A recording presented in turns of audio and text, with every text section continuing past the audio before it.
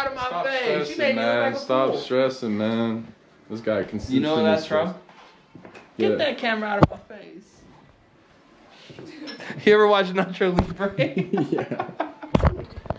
You made me look like a fool out there. How many people can fit in this van?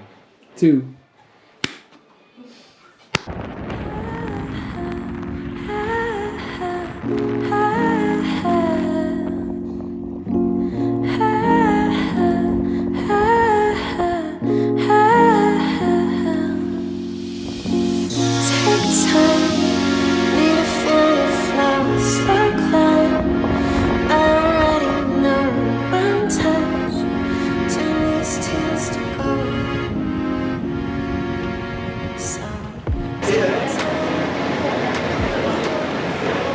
What's up, everybody? Corey Williams here. As of late, I've been getting a lot of questions about what it was like to participate in the World Championships, and what better way to tell everyone than making a video. So here we are. Second fastest time, 33 minutes, 56. After that TT, it was time to get ready for the road race, and I remember getting a ton of Instagram DMs telling me to attack and to make the early break. And I just remember watching the other races where people would attack and they would always get caught at the bottom of a climb. So I was like, no, I'm not going to attack because, you know, people get caught and dropped on the climbs. And for some reason, I didn't listen to myself, you know. I let the people get to me. And I started in the back. I was trying to start up front like a crit. Like I was trying to get to the starting area early, and they were like, hey man, what you doing up here? So started towards the back because it was only me. In all the countries that didn't have a lot of riders, started towards the back. And then through the neutral section, I didn't want to be super sketchy. And it was super packed anyway, like people all over the road. You couldn't really move, and we were going pretty fast. And when they said go, it was pretty crazy. The speed was crazy. Like everyone asked me like, how was it? And the big difference is like we're going on flat roads at like 40 miles an hour. Like the 50, I think I had a 5210, and it definitely wasn't enough gear. But I was spinning when we were going fast, but it was okay. I just remember being in the pack, and you can't really see what's coming up, but you're going so fast, and like basically you just have to trust that everyone's capable of riding their bike really well, so that if anything happened, hopefully you don't crash. But that's why sometimes when you see these crashes, there's so many people that go down, because we're just so close together that there's not really anywhere for you to go. So like if you see a crash in the World Tour and only a few guys go down, it takes so much skill for that to happen in a peloton full of riders. The skill level is crazy. Yeah, anyways, we're going super fast. So moving up wasn't the easiest thing. I pride myself on being really good in the pack, but I didn't really want to be disrespectful and like ride through people and fit through gaps that aren't there. So basically, on the hills, I would move up because I didn't want to miss the early break. I was trying to actually make it. And there was a couple of times, there was some climbs that we were going pretty hard, and I was like wasting the energy to move up. And finally, when I got to the front, they kind of like, it was kind of a crosswind, and it was like the perfect moment where they kind of slowed up, and that's when I hit out. And when I hit out, there was one guy up the road already and one guy that followed me, and I thought it was the perfect combination that they would let go. And for some reason, they didn't let it go, which sucks because I wanted to make that move and get ahead of the race, because there was a couple really hard climbs coming up and I wanted to be in the front of that. But anyways, I ended up getting caught, like I said, on the foot of a 10-minute climb. And I remember getting caught and just like shaking my head because I told myself not to attack because all other people got caught at the bottom of the climb. Here I am hanging on for my life. And instantly when I got caught, I remember trying to sat climb and like ride at 370 or something, and I was going backwards. And I was trying to make it to the top and be at the back, but not off the back. And sure enough, it was like they were going way too fast.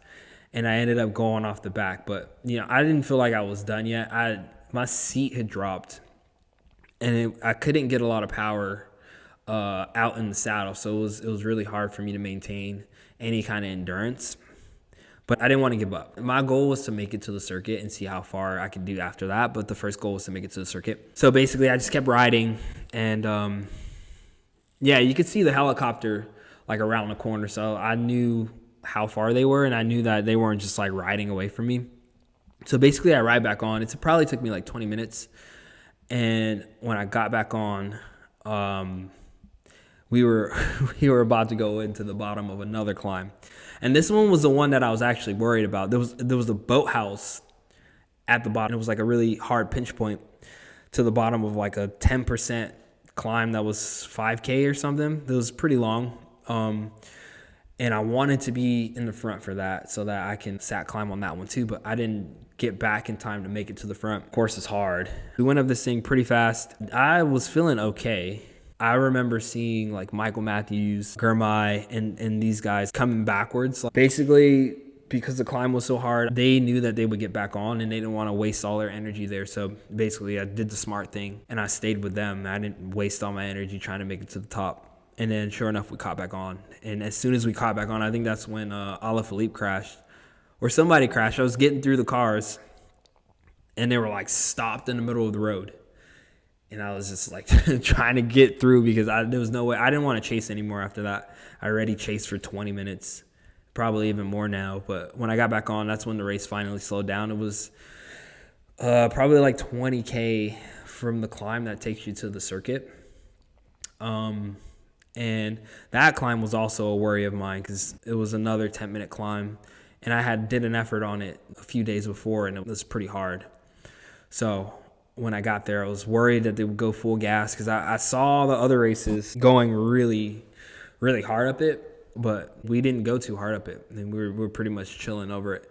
So I got over that, and then I got onto the circuit. That was goal 1 done, and now it's time to see how many laps that I can make. Go up this super, super steep little ramp, and let me go back. So the circuit was super technical. And the one thing that was crazy about this whole situation in the pack was if you weren't in the front of the pack when you're going around these turns, you're literally stopping. I don't know what the problem is.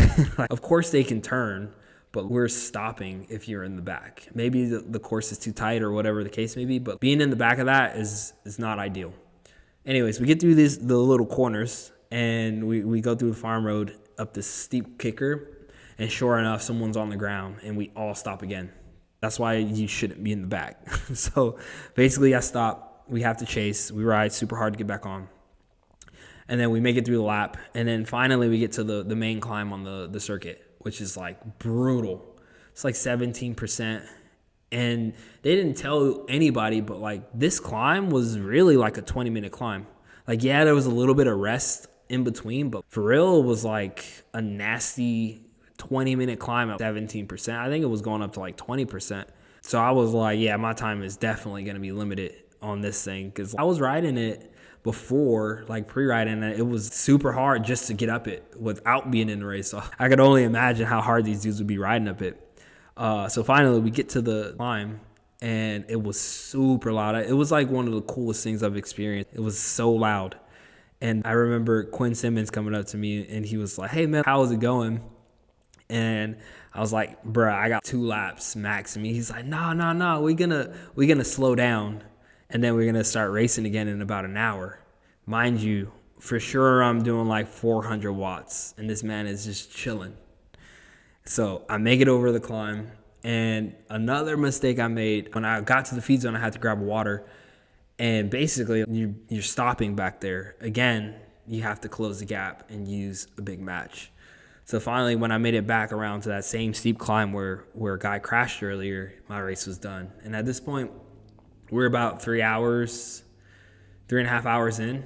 So basically, I just ride around to the feed zone, and then that's where my world championships was over. But seriously, it was so cool. The level is insane. I think the biggest difference between an elite rider and a world tour rider is the amount of times that they can do these efforts. The difference when the time is longer, the gap is bigger and bigger.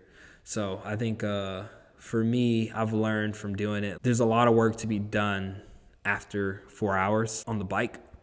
And I think that's where you can close the gap and be more competitive in these kind of races. You have to be able to do these big efforts after 2,000, 3,000, 4,000 kilojoules and make sure that you can also eat on the bike a ton, because these guys are eating so much that they're losing like 5% of their power after 4,000 kJs. So yeah, all in all, super, super cool experience. I would love to go back and race again. This time I will prepare better. Hopefully my season in America is smooth and I can be better prepared for the next World Championships. But anyways, that's how it was for me at the World Championships, and I hope you enjoyed the story. If you guys want to see more of this kind of stories of the races that I've done, please like and subscribe and let me know down in the comments.